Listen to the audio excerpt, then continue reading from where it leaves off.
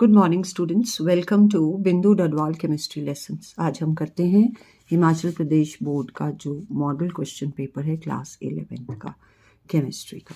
सो let us begin. हमारा जो पहला क्वेश्चन है वो है 1 mole of oxygen molecule is equal to 1 mole is equal to 6.023 into 10⁻23 और molecules of oxygen. Option C is the correct answer. 3d orbitals have value n is equal to 3 and L is equal to 2. S का 0 होता है, P का 1, D का 2. So option D is the correct answer. Which of the following elements has maximum electron gain enthalpy? तो chlorine की electron gain enthalpy maximum होती है।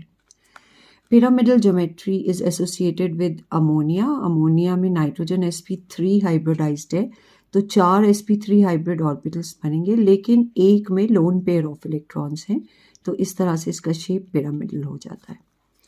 Decreasing order of bond angle in H2O, NH3 and methane is 109। Methane का होता है 109 degrees and 28 minutes. Ammonia का 107 है और वाटर का 104.5 डिग्री बॉन्ड एंगल है। तो डिक्रीजिंग ऑर्डर में मीथेन, फिर अमोनिया और फिर वाटर आएगा, तो सबसे ज़्यादा मीथेन का। Option A is the correct answer.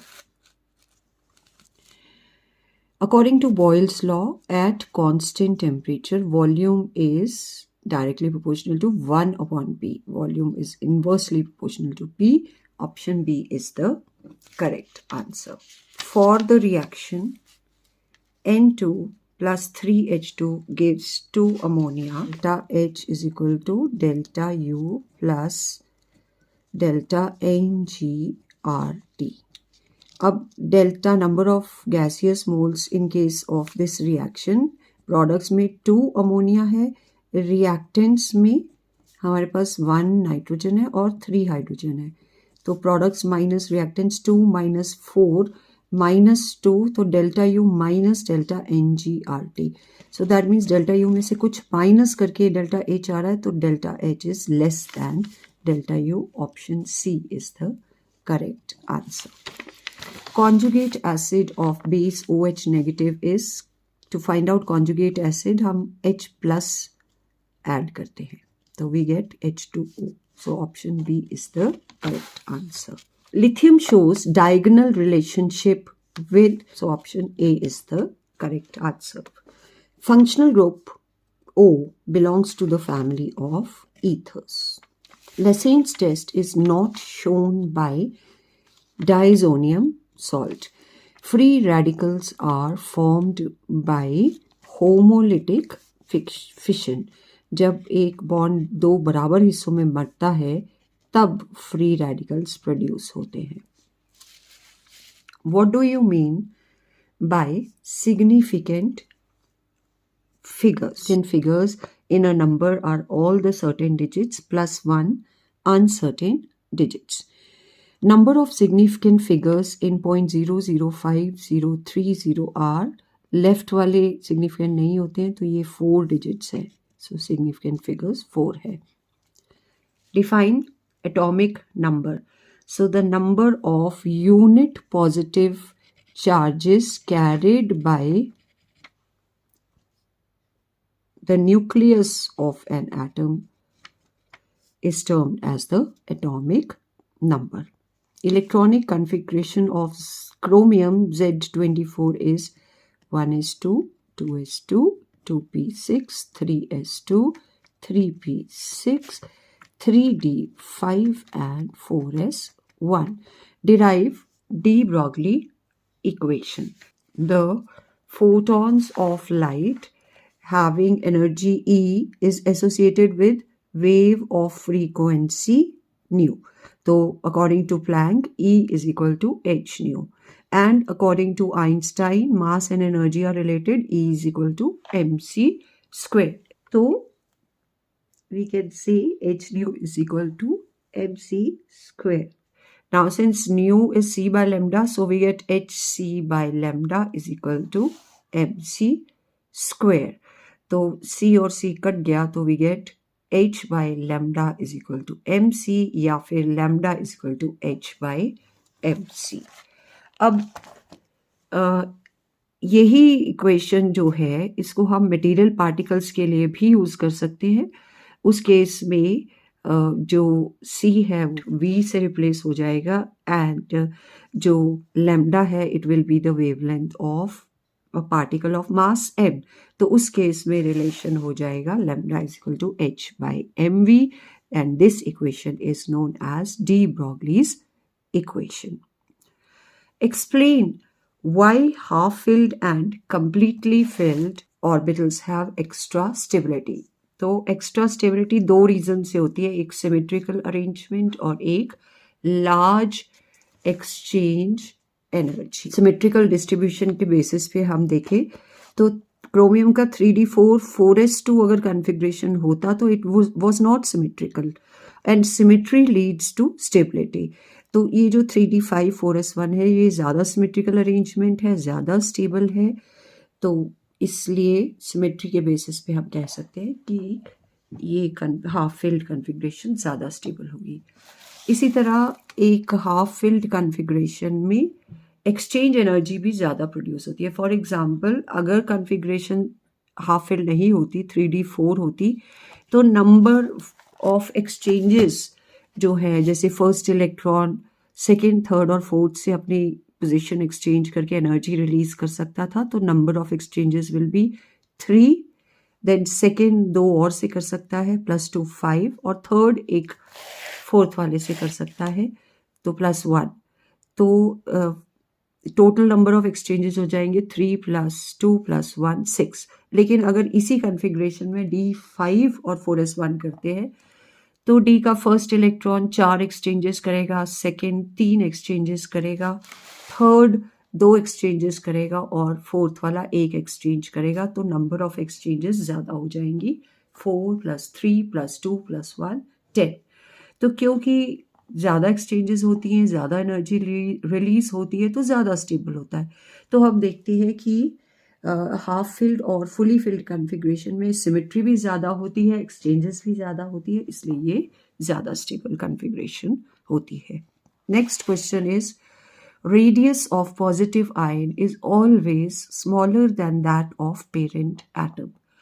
तो cation is formed by loss of one और more electrons from the gaseous atom. Atom के आउटरमोस्ट शेल के इलेक्ट्रॉन लूज करने पे कैटायन बनता है. तो जनरली सारा का सारा शेल ही रिमूव हो जाता है. The whole of outermost shell of the electrons is removed. तो जो रिजल्टिंग कैटायन है वो साइज में स्मॉल होगा. इसके साथ साथ जब इलेक्ट्रॉन रिमूव हो जाते हैं तो प्रोटॉन्स का नंबर तो उतना ही रहता है, magnitude of nuclear charge remains the same but the number of electron decrease. So as a result the same nuclear charge now acts on less number of electrons and the effective nuclear charge per electron increases. तो ये outermost shell को अपनी तरफ को पुल करेगा और size को छोटा कर देगा.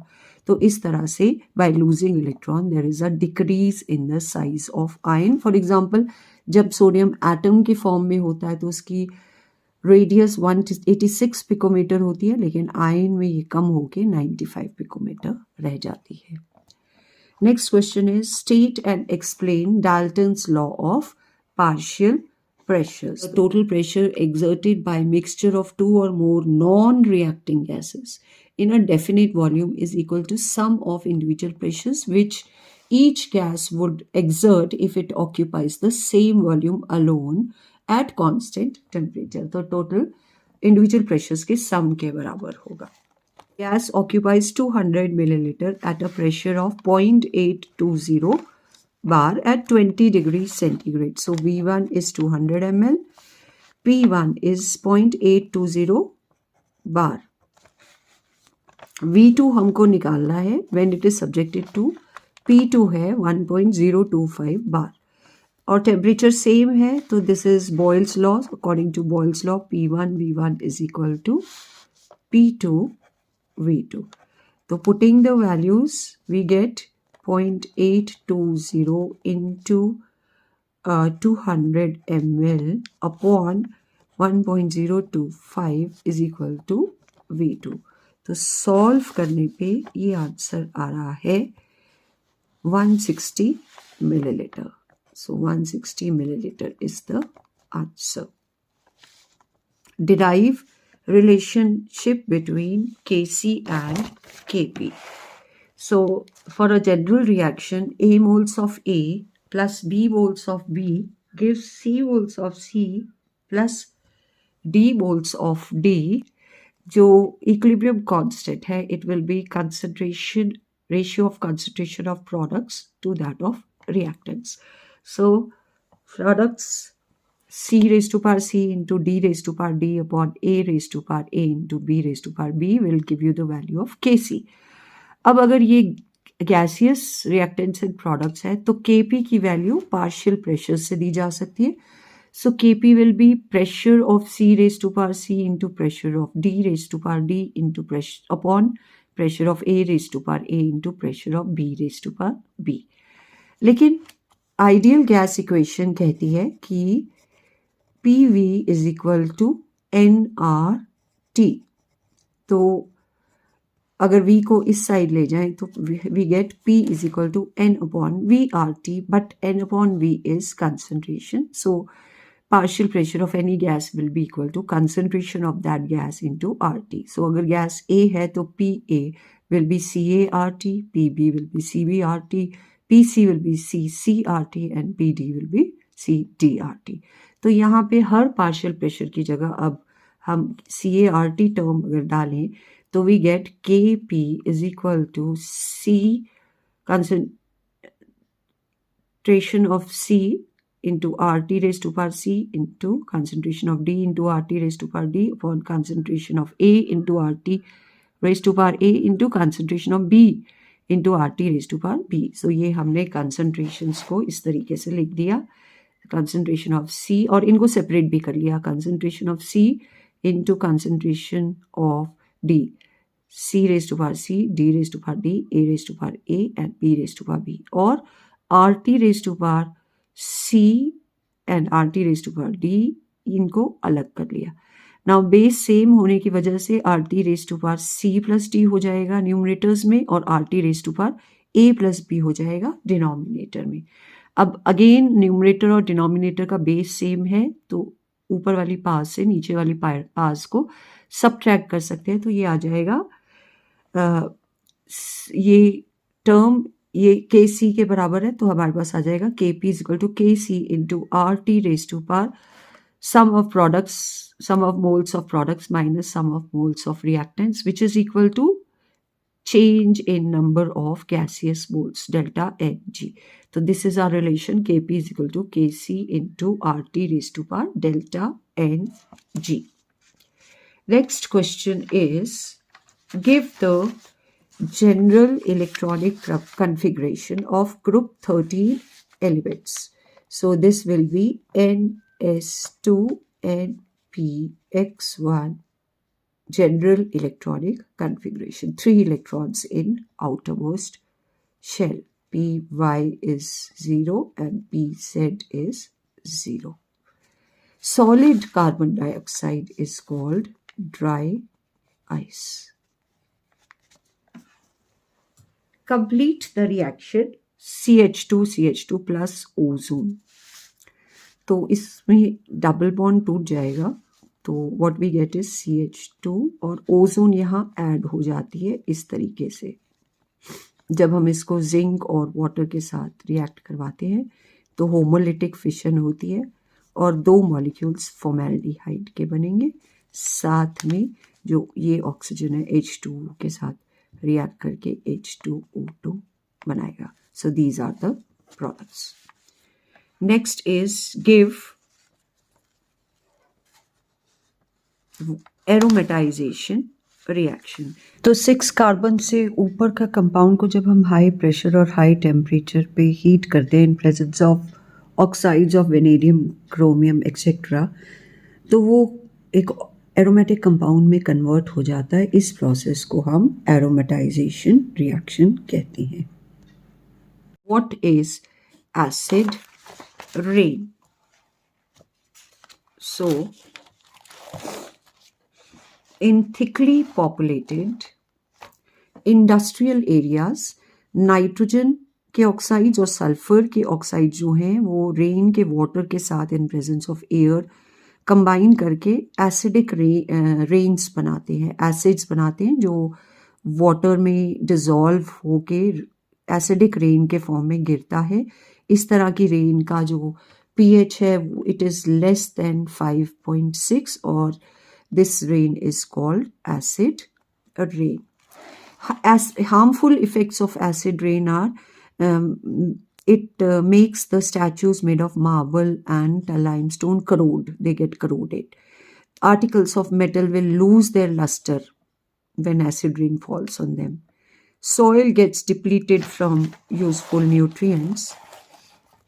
Acid rain causes damage to plants and trees, and it causes adverse effect on aquatic life. Draw a molecular orbital diagram for oxygen molecule. So these are the atoms, oxygen atoms. The atomic orbitals combine to form molecular orbitals. So when 2s combines, they form two molecular orbitals, sigma 2s and sigma star 2s. Similarly, 6 p orbitals of two atoms will combine to form 6 molecular orbitals, sigma 2pz, pi 2px, pi 2py, pi star 2px, pi star 2py, and sigma star 2pz. So on filling these 8 electrons in the second shell, we get 2, 4, 6, 8 electrons in the bonding molecular orbitals and 4 in the anti-bonding molecular orbital.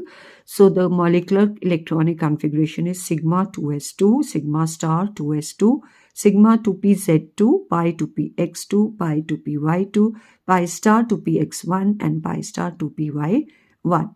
So bond order will be half of number of electrons in bonding orbitals, which is 2 plus 4, 6, 8, and minus number of electrons in anti-bonding, which is 2 and 2, 4. So 8 minus 4 is 4 upon 2 is 2. So bond order is 2. Of valence shell electron pair repulsion theory, explain the shape of ammonia. So the nitrogen atom in ammonia is 1s2, 2s2, 2px1, 2py1, 2pz1. This is the electronic configuration. So S and 3p combine to form sp3 hybridization. As a result, 4 sp3 hybrid orbitals are formed. Of these, one contains lone pair of electron and 3 form bonds with 3 hydrogen atoms, sigma bonds. So as a result, the geometry is pyramidal in shape. The bond angle is 107 degrees. Calculate the pH of 0.01 molar NaOH. So NaOH decomposes to give 1 mole of sodium ions and 1 mole of hydroxide ions. As the concentration of NaOH is 0.01 mole, it will give 0.01 moles of hydroxide ions. So concentration of hydroxide ion is 0.01 mole or 10 raised to power minus 2. To calculate the concentration of hydrogen ions, we use this equation. The product of hydrogen ion and hydroxide ion is ionic product of water Kw, which is 10 raised to power minus 14. To find out the concentration of H plus ion, OH negative की concentration को नीचे ले जाते हैं. So 10 raised to power minus 14 upon 10 raised to power minus 2 gets 10 raised to power minus 12. pH is negative log of concentration of hydrogen ion, which is 10 raised to power minus 12. तो 10 raised to power minus 12 का log होता है minus 12 और इसका negative हो गया 12, तो pH is 12. Next question is define common ion effect. So common ion effect may be defined as the suppression of the degree of a weak acid or weak base on the addition of strong electrolyte containing a common ion. For example, acetic acid is a weak acid, decomposes to give acetate ions and H plus ion. थोड़ी सी decompose करता है और फिर equilibrium setup हो जाता है. जब हम इसमें स्ट्रॉन्ग इलेक्ट्रोलाइट जैसे HCl डाल देते हैं जिसमें H+ आयन कॉमन है इसके साथ, तो H+ आयन की कंसंट्रेशन ज़्यादा होने की वजह से according to Le Chatelier principle ionization backward direction reaction होना शुरू हो जाता है और ये कंबाइन करके एसिटिक एसिड बना देता है, जिससे कि आयोनाइजेशन कम हो जाती है और सप्रेशन हो जाती है उसकी आयोनाइजेशन की। तो इस इफेक्ट को हम कहते हैं common ion effect. Define oxidation number, find oxidation number of manganese in permanganate ion. So it is the oxidation state of an element in a compound ascertained according to a set of rules formulated on the basis that electrons in covalent bond belong entirely to more electronegative element. तो अब MnO4 में oxygen जो है वो ज़्यादा electronegative है, वो electrons को अपनी तरफ अट्रैक्ट कर लेता है। तो एज अ रिजल्ट मैंगनीज पे जो ऑक्सीडेशन स्टेट आती है वो हम रूल्स के अकॉर्डिंगली कैलकुलेट कर सकते हैं, लेट इट बी X। तो oxygen according to rules oxygen की ऑक्सीडेशन स्टेट -2 होती है। सो और इनका अलजेब्रिक सम चार्ज के बराबर होना चाहिए, तो X + 4 × -2 = -1। तो इसको सॉल्व करके X - 8 = -1, X = -1 + 8 and X = +7, oxidation state आती है +7। Electrochemical cell. So an electrochemical cell is a device used to convert chemical energy produced in a redox reaction into electrical energy. हम जिंक रॉड को zinc sulphate solution में डालते हैं, copper rod को copper sulphate solution में डालते हैं और इसको वायर के थ्रू कनेक्ट कर लेते हैं और यहाँ सॉल्ट ब्रिज डाल देते हैं। तो जिंक कॉपर आयंस के साथ रिएक्ट करके अपने इलेक्ट्रॉन्स कॉपर को दे देता है। तो एज अ रिजल्ट जो इलेक्ट्रिक करंट है वो प्रोड्यूस होता है। This is electrochemical cell. Why H2S is a gas but water is a liquid. तो वाटर के केस में जो वाटर के मॉलिक्यूल्स हैं उनके बीच में इंटरमॉलिक्यूलर हाइड्रोजन बॉन्डिंग होती है, जिसकी वजह से वो एसोसिएटेड फॉर्म में होते हैं और उनको ब्रेक करने के लिए बहुत ज़्यादा एनर्जी चाहिए होती है, इसलिए वो रूम टेम्परेचर पे लिक्विड होता है। H2S में हाइड्रोजन बॉन्डिंग नहीं होती है, इसमें weak van der Waals force of attraction है जो आसानी से टूट सकते हैं, इसलिए ये गैस होता है। Permanent hardness of water is due to the presence of, तो this was fill in the blank. तो answer is chlorides and sulphates of calcium and magnesium. Explain alkali metals give blue color in liquid ammonia। तो जो alkali metals हैं वो ammonia के साथ react करके ions बनाते हैं जो कि अमोनिया से सराउंड होके अमोनिएटेड कैटायंस बनाते हैं, और जो इलेक्ट्रॉन देते हैं वो भी अमोनिया से सराउंड होके अमोनिएटेड इलेक्ट्रॉन बनाता है। अब ये जो अमोनिएटेड इलेक्ट्रॉन है इसके ऊपर जब वाइट लाइट फॉल करती है तो वो एनर्जी लेकर एक्साइट होके हायर एनर्जी लेवल में चला जाता है। जो बाकी की ट्रांसमिटेड लाइट होती है it gives blue colour to the solution. What is the action of heat on gypsum? तो 390 केल्विन पे हीट करने पे जिप्सम अपना वाटर लूज करके calcium sulphate hemihydrate plaster of Paris बनाता है, लेकिन हायर टेम्परेचर पे ये वाटर भी लूज करके ये dead burn plaster calcium sulphate बना सकता है। Next question is define functional group. The functional group may be defined as atom or group of atoms which is responsible for characteristic chemical properties of organic compounds. For example, alcohol में OH acts as the functional group. Give IUPAC name of organic compounds. तो second और third position पे methyl groups attached है, so name will be 2,3-dimethyl butane. इसी तरह इस compound में numbering हम इधर से करेंगे लॉन्गेस्ट चेन में। सो 2 पे डबल बॉन्ड है, सो 5 कार्बन का कंपाउंड है, so pent 2-ene-1-ol will be the IUPAC name. Proof that delta H equal to delta U plus delta NgRT। मान लीजिए एक रिएक्शन है जिसमें रिएक्टेंट्स की वॉल्यूम VR है और नंबर ऑफ मोल्स NR है, और प्रोडक्ट्स की वॉल्यूम है VP और नंबर ऑफ मोल्स हैं NP। तो ideal gas equation states PV is equal to nRT. So for reactants, PVR will be nRT and PVP will be nPRT.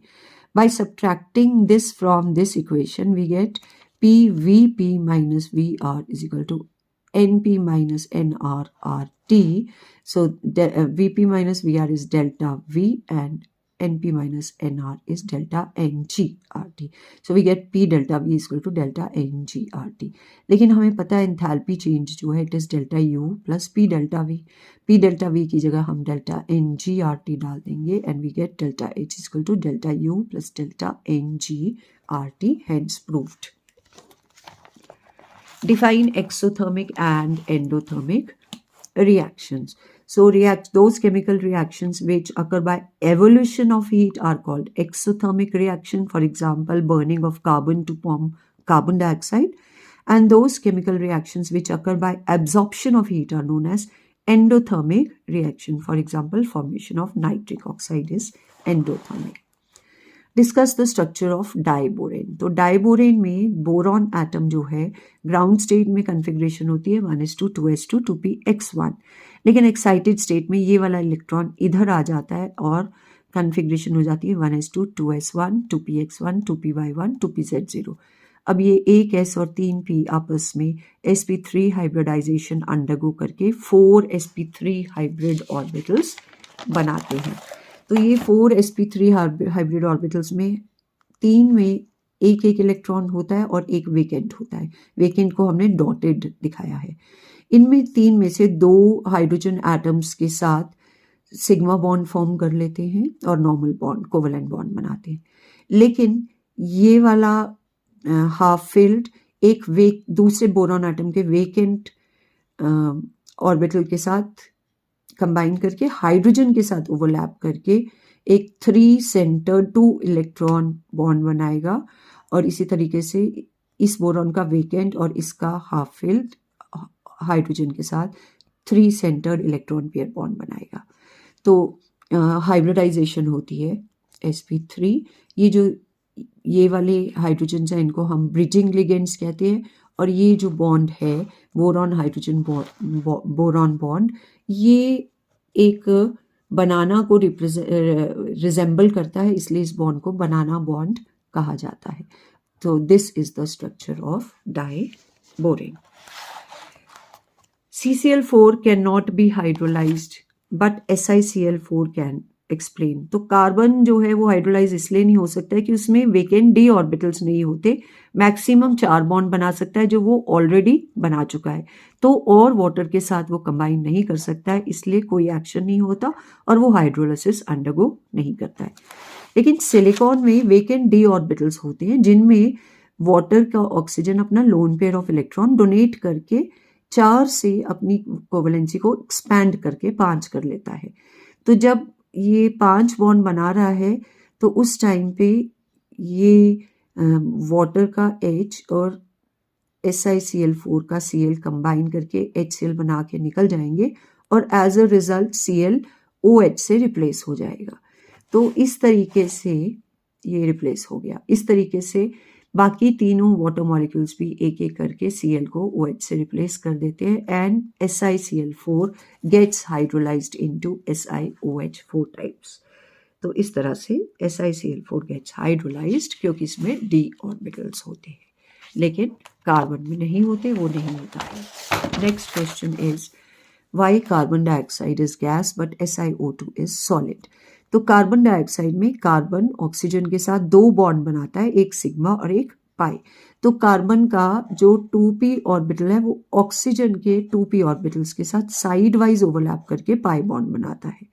दोनों की energy same है, पाई बॉन्ड बन सकता है. इसलिए ये जो कार्बन डाइऑक्साइड डिस्क्रीट मॉलिक्यूल्स हैं ये इंडिपेंडेंट होते हैं और 2 एडजेसेंट मॉलिक्यूल्स के बीच में वीक वॉन डर वाल फोर्स ऑफ अट्रैक्शन होता है जो आसानी से टूट सकता है. It is a gas at room temperature. लेकिन सिलिकॉन में सिलिकॉन का 3p ऑर्बिटल जो है वो ऑक्सीजन के 2p के साथ साइडवाइज ओवरलैप नहीं कर सकता है क्योंकि एनर्जी डिफरेंस बहुत ज़्यादा है. एज अ रिजल्ट वो सिर्फ सिंगल बॉन्ड बना के पॉलीमेरिक स्ट्रक्चर बनाता है जो कि सॉलिड स्टेट में होता है, इसलिए SiO2 सॉलिड होता है जबकि CO2 गैस के फॉर्म में होता है। What are fullerenes? How are they prepared? तो फुलरीन्स जो है कार्बन का क्रिस्टलाइन फॉर्म है, इसमें कार्बन एटम्स का क्लस्टर होता है जिसमें even number of carbon atoms होते हैं, जैसे 32 या 50 या 60 या 70 या 84। इनका केज लाइक मॉलिक्यूल जैसा स्ट्रक्चर होता है। फॉर एग्जांपल C60 का सॉकर बॉल लाइक शेप होता है जिसमें 6 मेंबर्ड रिंग्स और 5 मेंबर्ड रिंग्स जो हैं ये कंबाइन करके एक बॉल जैसा क्रिस्टलाइन स्ट्रक्चर बनाते हैं। इनको प्रिपरेशन की जाती है by heating graphite in an electric arc in presence of inert gas like helium और argon.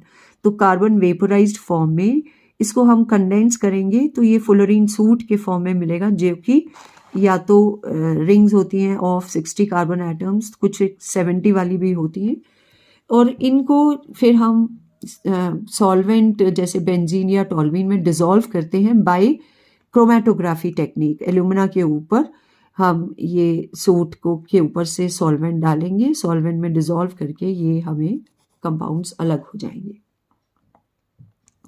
Explain what is Wurtz reaction. तो जब दो एल्काइल हेलाइड के मॉलिक्यूल सोडियम के साथ एनहाइड्रस ईथर की प्रेजेंस में हीट किए जाते हैं तो NaBr बनाते हैं और साथ में ज्वाइन करके ईथेन हाइड्रोकार्बन बनाते हैं of even number of carbon atoms. इस रिएक्शन को हम वुड्स रिएक्शन कहते हैं। What is Markovnikov's rule. तो जब कोई अनसिमेट्रिकल एल्कीन में कोई अटैकिंग रिएजेंट हम अटैक करते हैं तो उसका नेगेटिव पार्ट उस कार्बन के पास जाता है जिसमें कम हाइड्रोजन्स लगे होते हैं और पॉजिटिव उसके पास जाता है जिसमें ज़्यादा हाइड्रोजन लगे होते हैं। इस रूल को हम कहते हैं Markovnikov's rule. Friedel craft reaction में कोई भी बेंजीन किसी एल्काइल हेलाइड या एसाइल हेलाइड के साथ एनहाइड्रस एल्युमिनियम क्लोराइड की प्रेजेंस में एल्काइल या एसाइल ग्रुप अटैच करवा लेता है। इस रिएक्शन को फ्रीडल क्राफ्ट रिएक्शन कहा जाता है। मिथाइल क्लोराइड ऐड करेंगे तो मिथाइल ग्रुप यहाँ अटैच हो जाएगा और टॉल्यूइन बनेगा। Draw the conformations of ethane. तो ईथेन की दो कन्फर्मेशंस होती है, एक्लिप्स्ड एंड स्टैगर्ड। एक्लिप्स्ड कन्फर्मेशन में आगे वाले कार्बन एटम के जो हाइड्रोजन एटम्स हैं वो पीछे वाले कार्बन एटम के हाइड्रोजन एटम्स को पूरी तरह से एक्लिप्स कर ले रहे हैं। इनके बीच में डिस्टेंस जो है मिनिमम होता है और स्टेबिलिटी सबसे कम होती है। स्टैगर्ड में जो है हाइड्रोजन एक दूसरे से मैक्सिमम अपार्ट होते हैं और जो ये है इस तरह का कन्फर्मेशन है ये ज़्यादा स्टेबल होता है। This is the diagram. What is pyrolysis. Higher alkane को हम हीट करके at high temperature 700 to 800 kelvin alumina या सिलिका कैटलिस्ट की प्रेजेंस में उनको छोटे पोर्शंस में ब्रेक डाउन कर देते हैं, एक एल्कीन बनता है एक एल्केन। इस प्रोसेस को पायरोलिसिस कहा जाता है।